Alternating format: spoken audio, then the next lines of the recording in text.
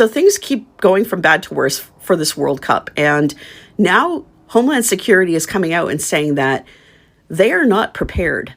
With a month out, they are not prepared for the influx of tourists that are going to be coming in. Security is not ready.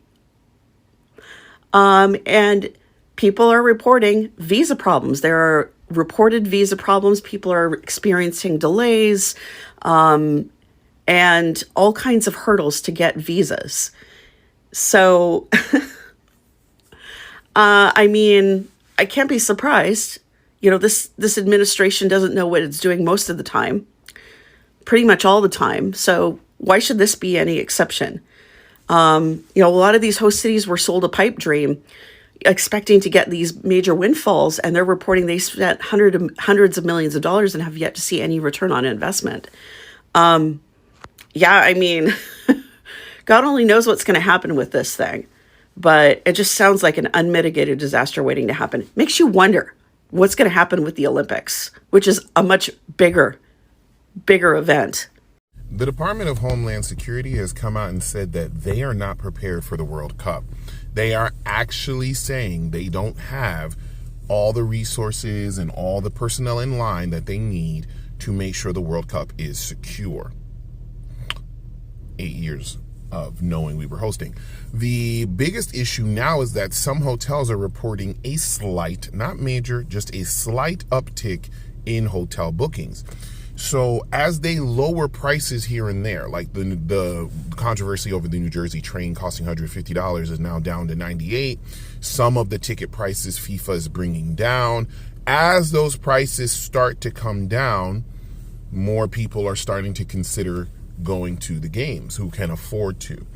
The issue now is we don't know how many people would be there. So DHS is saying we aren't prepared. And now we don't have a truly good estimate of how many people are going to be at the games, because as FIFA changes their prices and brings those prices down, more people are starting to sign up, buy tickets, book hotels.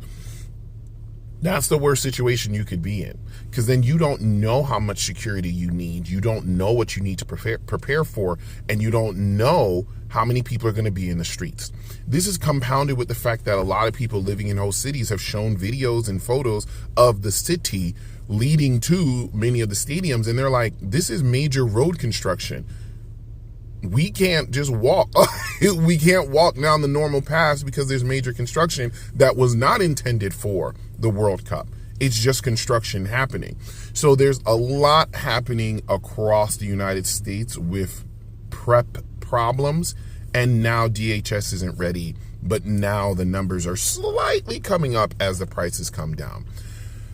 Again, this World Cup is going to be something. I just don't know what it's going to be.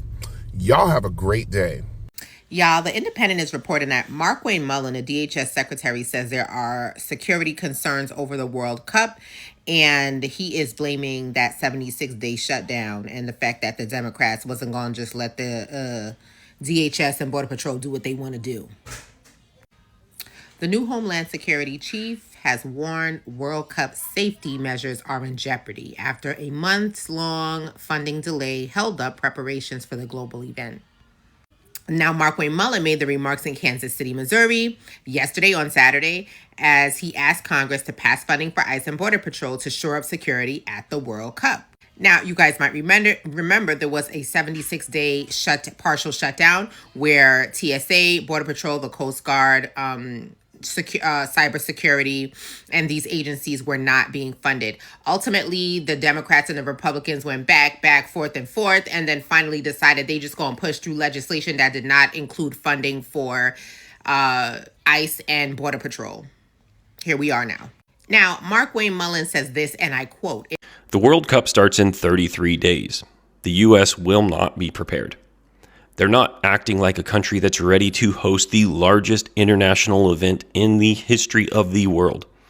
International travel demand is at an all-time low for a World Cup. It's not only weaker than it's expected, it is almost half of what is expected. Hotels in World Cup cities are saying foreign bookings are so soft they are releasing dozens of rooms that were blocked off for World Cup fans. Fans are looking at the U.S. and seeing visa delays, phone searches, social media vetting, travel bans, political hostility, and the very real fear that they could spend thousands of dollars to come to watch a soccer game and get treated like a suspect at the border. And now the Secretary of Homeland Security, Markwayne Mullins, is telling Congress and the world today that the World Cup preparations by the department in the federal government that's supposed to protect the homeland is not up to par. Guys, do you know that what was supposed to be the world's biggest football celebration is now raising serious concerns across United States? Reports are emerging that preparations for the upcoming World Cup may be far from ready. Homeland Security officials are reportedly warning that they do not have enough resources or personnel to fully secure the event. At the same time, visa delays, rising financial pressure on host cities, road construction chaos, and growing concerns over ICE involvement are creating a storm of controversy. Now, the question is simple. Is the United States truly prepared to host millions of fans safely, or are we witnessing the early signs of an organizational disaster waiting to happen? Getting harder and harder to justify this, extending the shutdown. I mean, I even brought up, something even more accessible to, an average American, like the soccer fans. There's millions, and now preparations are significantly behind. And now we're 77 days out, and this is still shut down. And you have millions of people from abroad coming, and millions of Americans joining these two. And it's like, if you've seen the kinds of chaos at the airports, I can't even imagine now you have millions coming here for World Cup, and we are sitting on our hands. For an American who is worried that ICE's purpose at the World Cup is to arrest non-citizens, can you offer an assurance that they're there to secure that event? 18 months ago, most Americans didn't even know ICE existed. It's because media and the public has made them a villain somehow. I say the public has mean the Democrats have made them some type of villain, yet they've always been there. So you just took them for granted. So when they're at these sporting events, we're not out there doing immigration enforcement, but we are looking for, maybe we have people that shouldn't be in this country because they're on a terrorist watch list. So if we find a felon or we find someone doing customs, we're going to go after them. If you find a criminal, you will arrest them. But the mission at the World Cup is not immigration enforcement. We're not there. Well, ICE always says immigration enforcement. We're always going to do that. But we're not there for solely that purpose. We're in there to do our job. Immigration, custom enforcement. But immigration enforcement at the World Cup is not off the table because that is the mission of ICE. We're not there to go round up mass individuals, but we are always looking for the worst of the worst. We're going to continue to do that.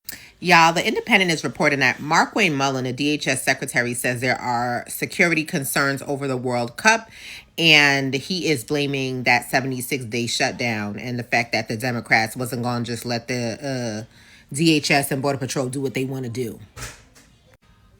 The new Homeland Security chief has warned World Cup safety measures are in jeopardy after a months-long funding delay held up preparations for the global event.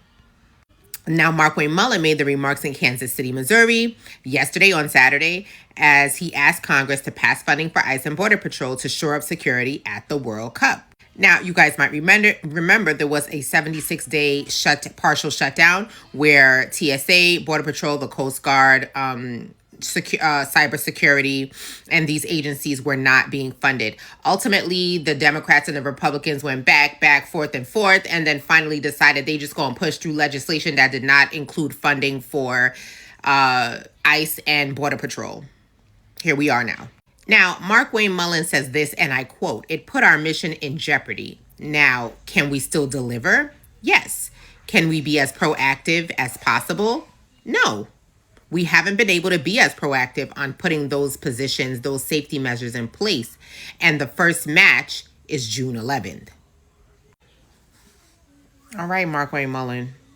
Now, the plan, of course, is for security to be heightened at airports and stadiums across the country, with law enforcement agencies, including DHS and the FBI, coordinating to identify political risk, such as terrorist attacks.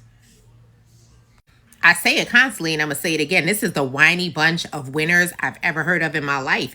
You would think that they not the winning team here. You would think the Repubs were not the ones in charge. Whining. Excuse for their failures and for their incompetence. Whiny. They better make sure that World Cup is secured and keep it moving. Because guess what? They do everything else they want to do, and they do it at lightning speed with no delay. They do not pass go, and they do not collect $200. And so why stop here with funding and security for the World Cup? Markwayne Mullin, please. Pretty please. So the U.S. is not ready for the World Cup, to no one's surprise, and it's on multiple fronts. One of those fronts is that the U.S. government has yet to release the $600+ million it promised host cities for security, specifically. That lack of funding for security has made it so host cities are canceling their fan fests. And if you don't know what a fan fest is a free location that's open to the public with large screens for people to watch the games who don't have tickets to the game in a host city. It's an environment, it's exciting, you get to meet people, it's just a whole vibe, and that's supposed to be open for fans, but that's not going to happen because the government hasn't released the funding. The next front, our tourism is down. Our international tourism is down $12 billion since Trump has taken office. People are not willingly coming here nearly as much as they would.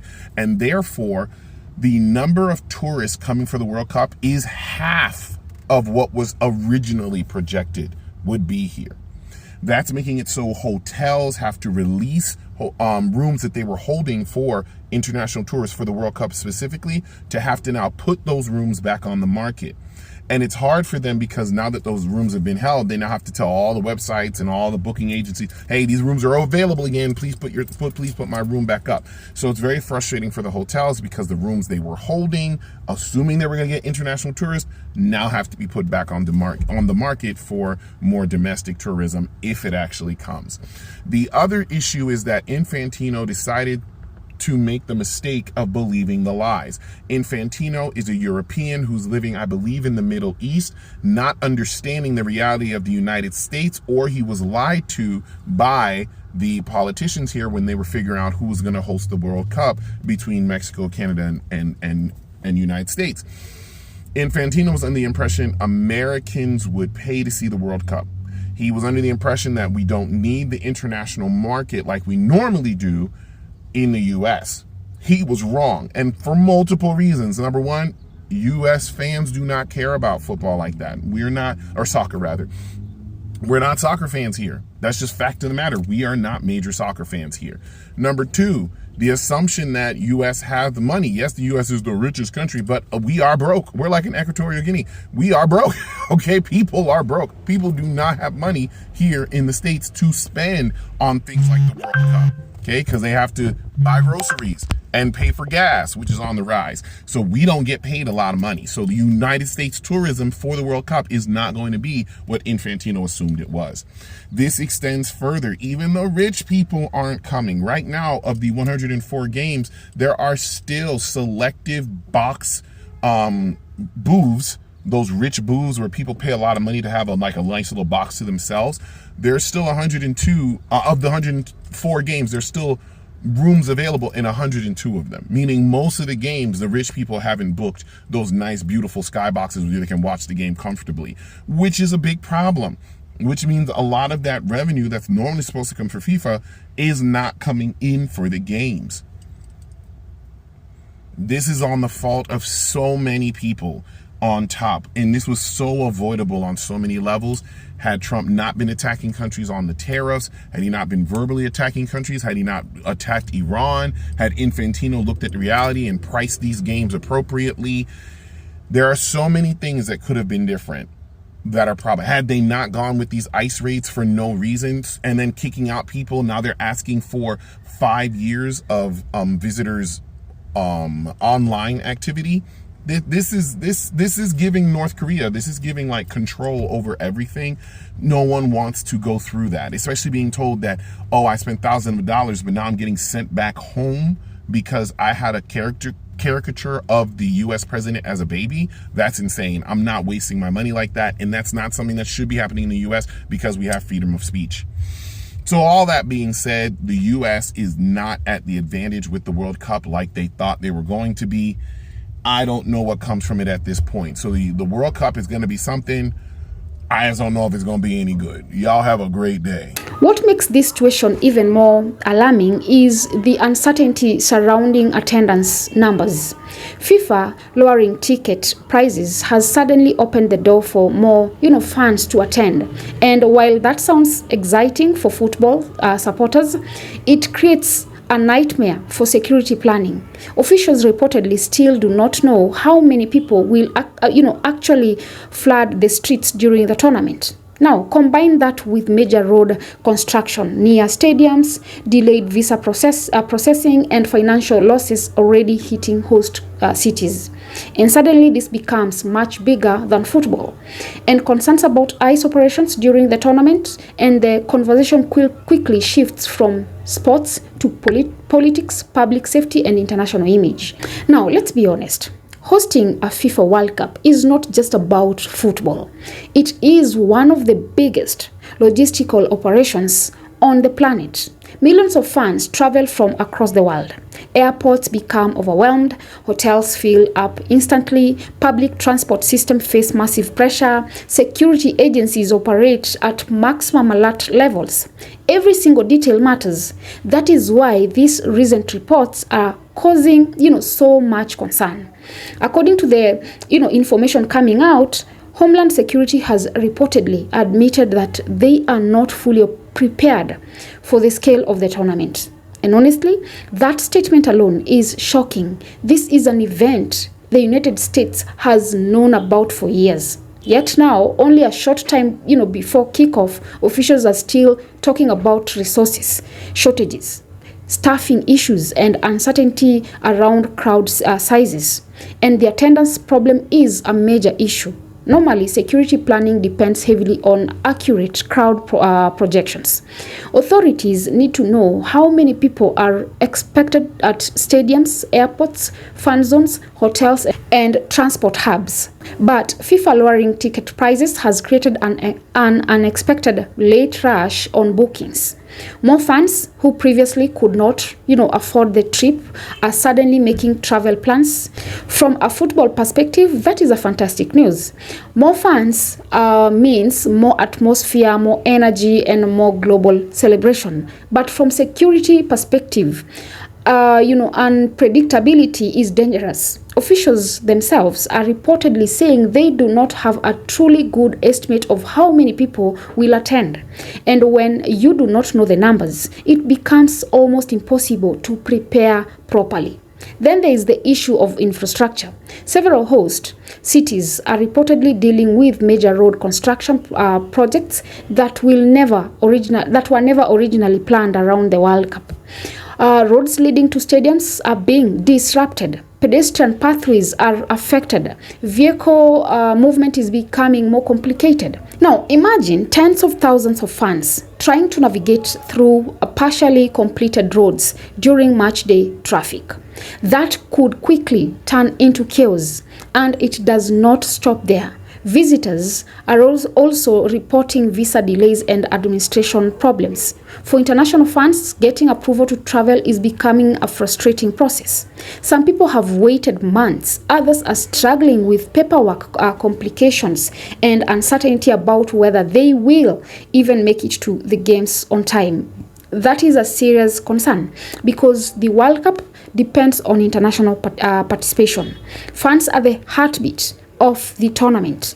If supporters cannot enter the country smoothly, the entire experience suffers. Then comes perhaps the most controversial topic of all, ICE involvement.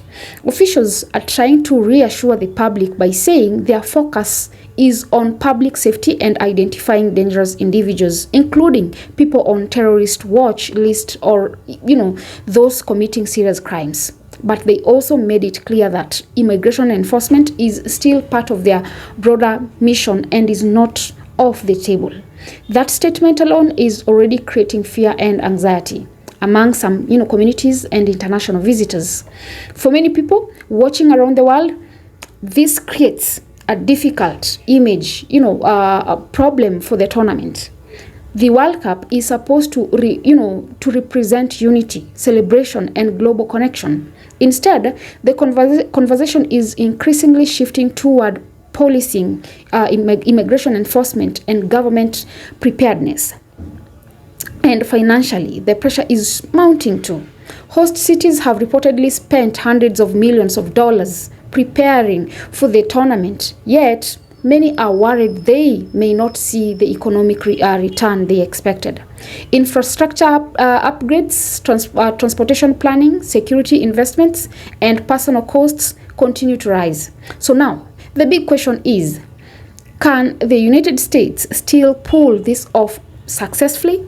Because despite all the concerns, there is still time to improve preparations. Governments can deploy additional resources. Infrastructure projects can be, accelerated. Visa systems can be streamlined. Security coordination can improve. But right now, based on these reports, the World Cup appears to be facing serious warning signs that cannot simply be ignored. And if these problems are not solved quickly, this tournament could become, remembered for controversy and chaos instead of football history. Guys, let me know. What do you think? Drop your thoughts on the comments. Also, remember to subscribe, like, and share as well. And until next time, bye-bye.